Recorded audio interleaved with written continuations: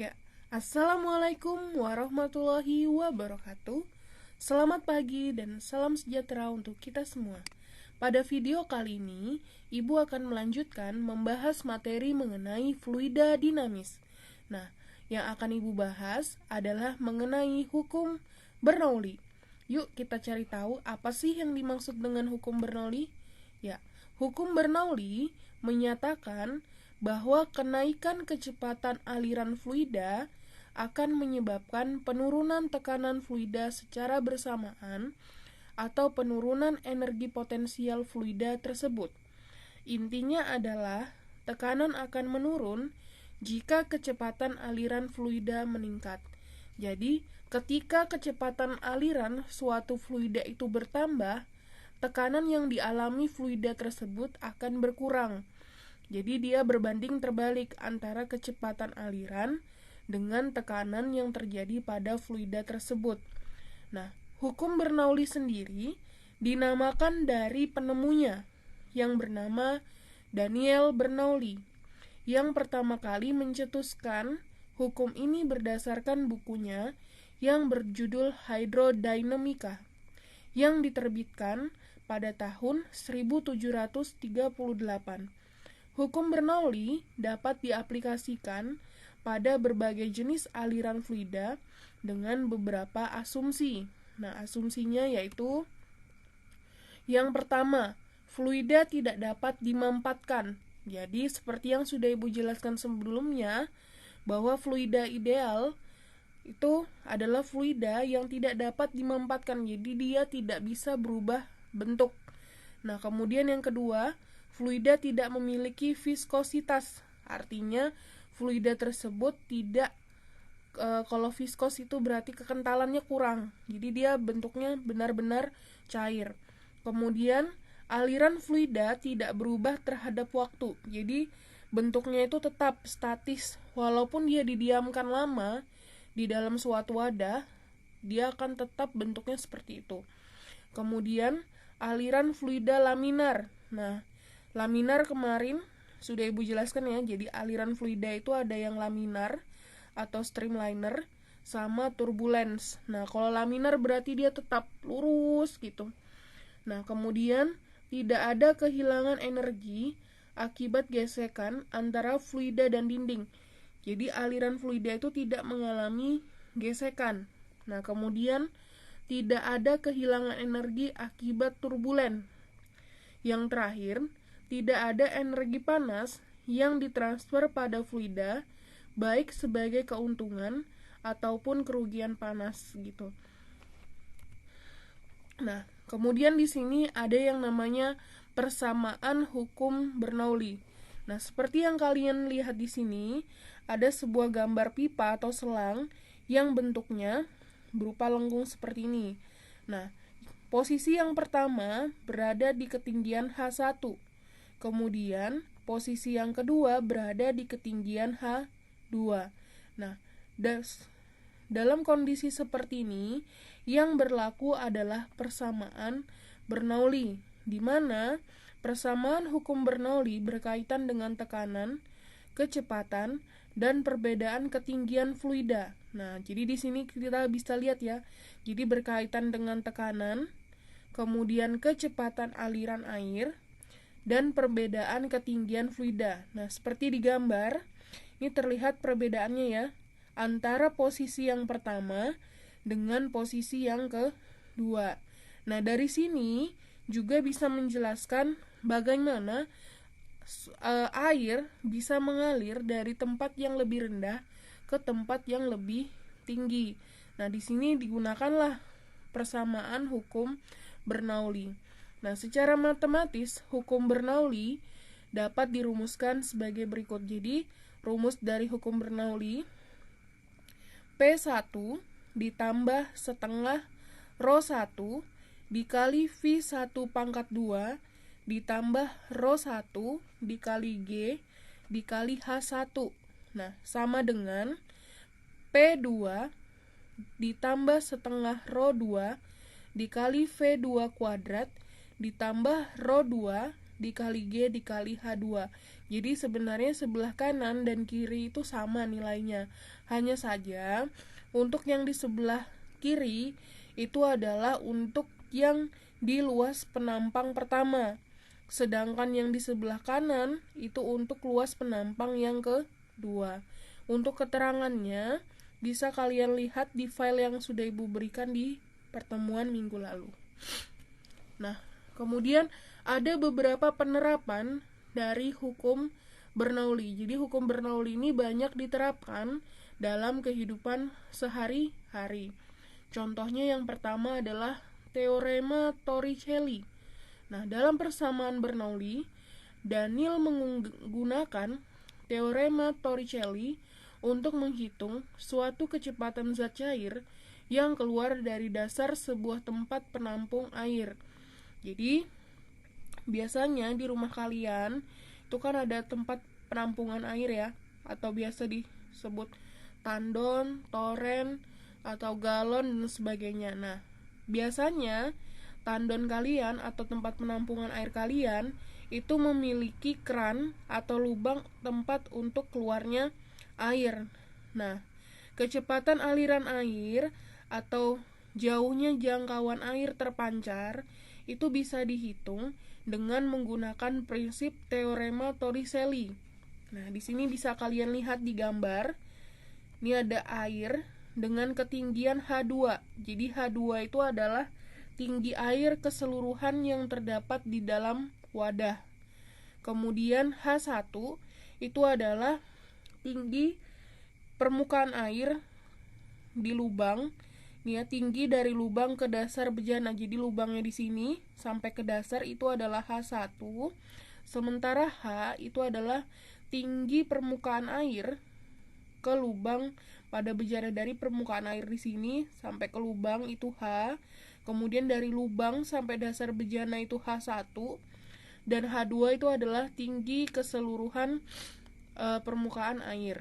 Nah, untuk menghitung jangkauan terjauh pancaran air, jangkauan itu berarti X yang di bawah ini. Nah, sejauh apa air tersebut dapat mengalir?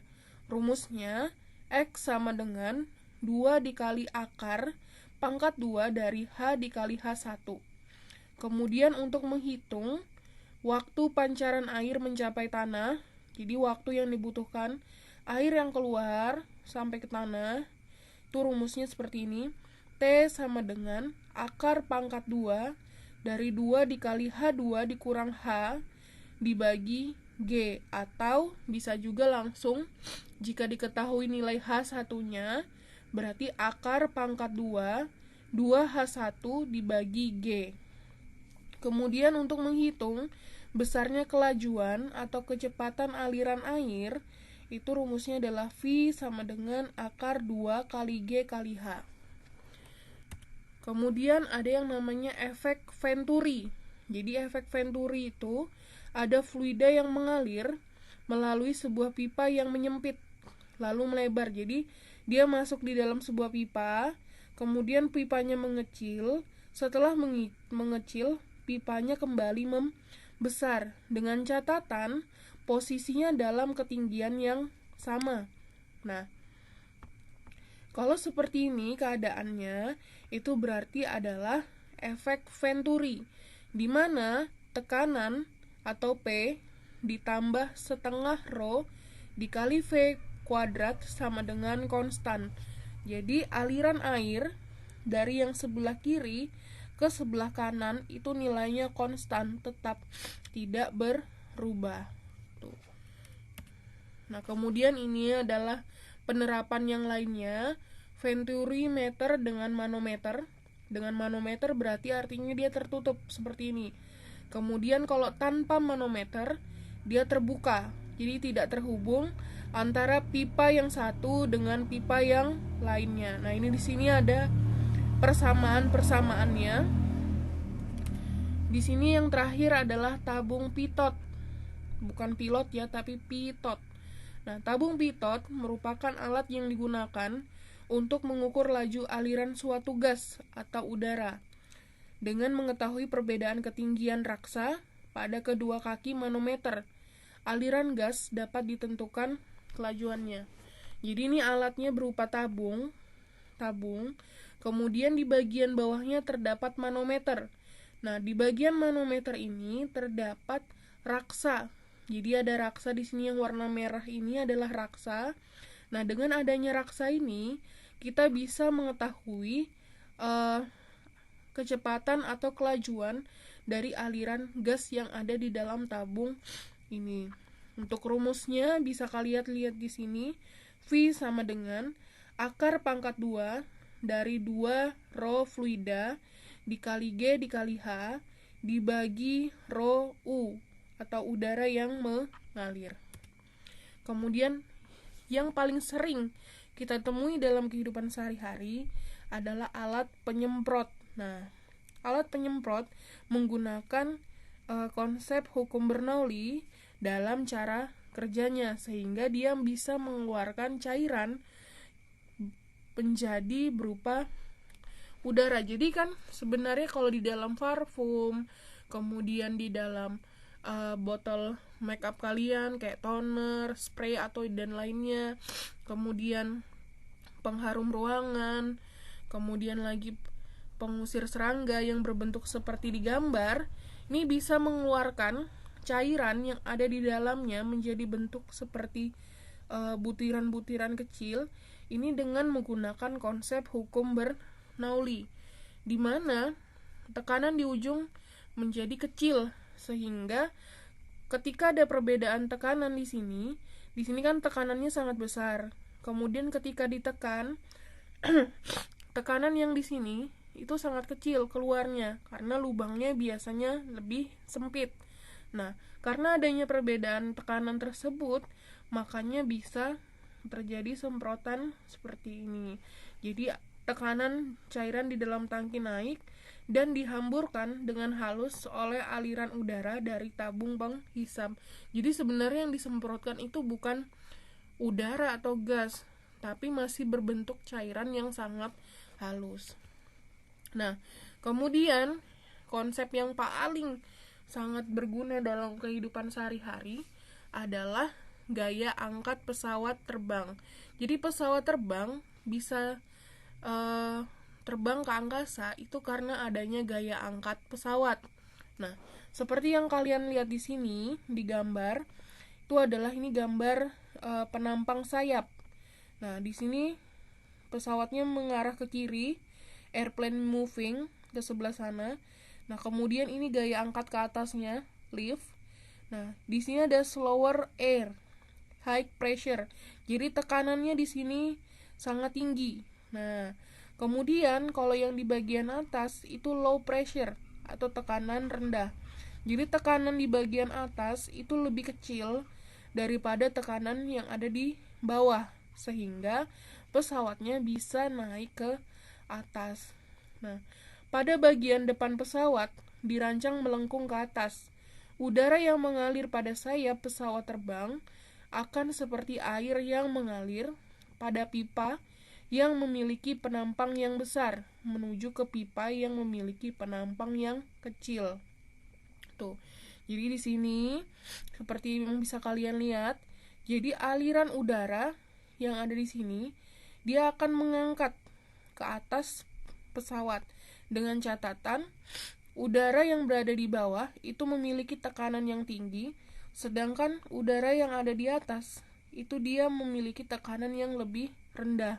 Hanya saja udara yang bergerak di atas itu jauh lebih cepat bergeraknya, faster air, sedangkan yang di bagian bawah dia bergerak lebih lambat, slower air. Seperti yang tadi Ibu jelaskan tentang hukum Bernoulli, ketika tekanan yang diberikan kepada benda itu diperkecil, maka kecepatannya akan semakin besar. Nah, sementara kalau misalnya tekanannya itu dia semakin besar, nah akan terjadi sebaliknya. Ini di sini untuk menghitung besarnya gaya angkat pesawat itu F1 dikurang F2, ini adalah gaya angkat pesawat. Jadi gaya angkat pada pesawat rumusnya secara umum F1 dikurang F2 sama dengan P1 dikurang P2 dikali A. A ini adalah luas penampang sayap. F1 dikurang F2 sama dengan setengah rho dikali V2 kuadrat dikurang V1 kuadrat dikali A. V1 itu adalah kelajuan udara di bagian bawah. Jadi kelajuan udara di bagian bawah ini itu adalah V1, sementara V2 adalah kelajuan udara di bagian atas sayap. Jadi ini V2 ya, bukan V1. Nah, itu tadi beberapa contoh penerapan dari hukum Bernoulli dalam kehidupan sehari-hari. Nah, jadi banyak sekali konsep hukum Bernoulli yang diterapkan dalam kehidupan sehari-hari. Salah satu yang paling sering kita gunakan yaitu tadi gaya angkat pesawat. Nah, itu tadi penjelasan singkat Ibu mengenai hukum Bernoulli pada fluida dinamis. Nah, seperti biasa akan Ibu berikan lagi video yang kedua yang berisi tentang pembahasan contoh soal tentang hukum Bernoulli dan penerapan hukum Bernoulli. Sekian dari Ibu. Wassalamualaikum warahmatullahi wabarakatuh.